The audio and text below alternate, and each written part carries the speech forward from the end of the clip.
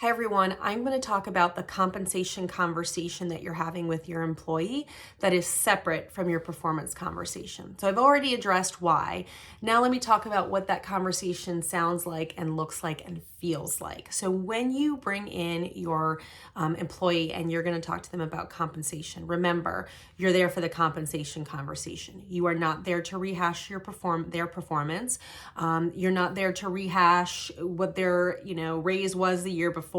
There may be a question about it, but again, we're really focused on where we are today, the decision that's been made coming in, and the decision that will remain going out. Because a lot of times employees, and I should say 99% of the time, they'll come with a number in mind that they think that they should receive. And a lot of times people overinflate what they think that they should receive, or they have no perspective on the financials of the company and what can the company afford, especially going into 2024, where we're seeing a lot of businesses hoping to even remain flat. So one thing you might want to talk about is, you set up the conversation. I'm here to talk to you about your increase for the year, for example, or your bonus plan. Maybe the bonus plan has changed, what have you. You recap their performance rating. You say a thing or two about that, and then you provide the number or percentage or dollars that that's going to equate to. And then you basically ask them what questions they have.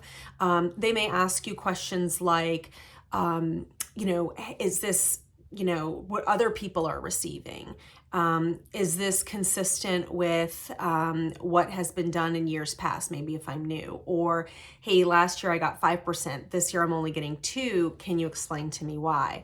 And remember, every year does not necessarily look the same. And what I mean by that is, businesses can't always afford to give the same percentage of an increase. So you want to have a level of transparency where people understand where the numbers and the dollars and the pot comes from.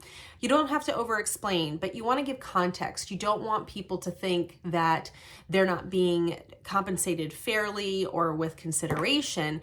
But also, the dollars are the dollars. And I like to also coach my business leaders, especially my leaders who are in small and medium-sized businesses. You must tie your performance and your merit and your increases to your revenue generation as much as possible. And it's important to make sure you have a very clear view and philosophy on your pay and compensation, and make sure that everyone understands what that is.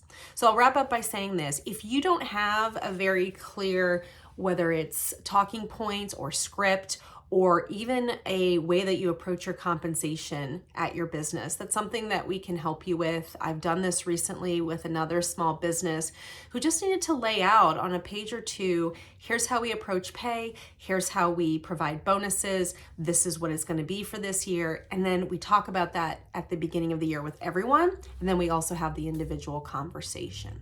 So a lot of information packed into a short time. I hope this was helpful. And if there's anything we can do to help you with your compensation questions, that's exactly why we're here. Take care.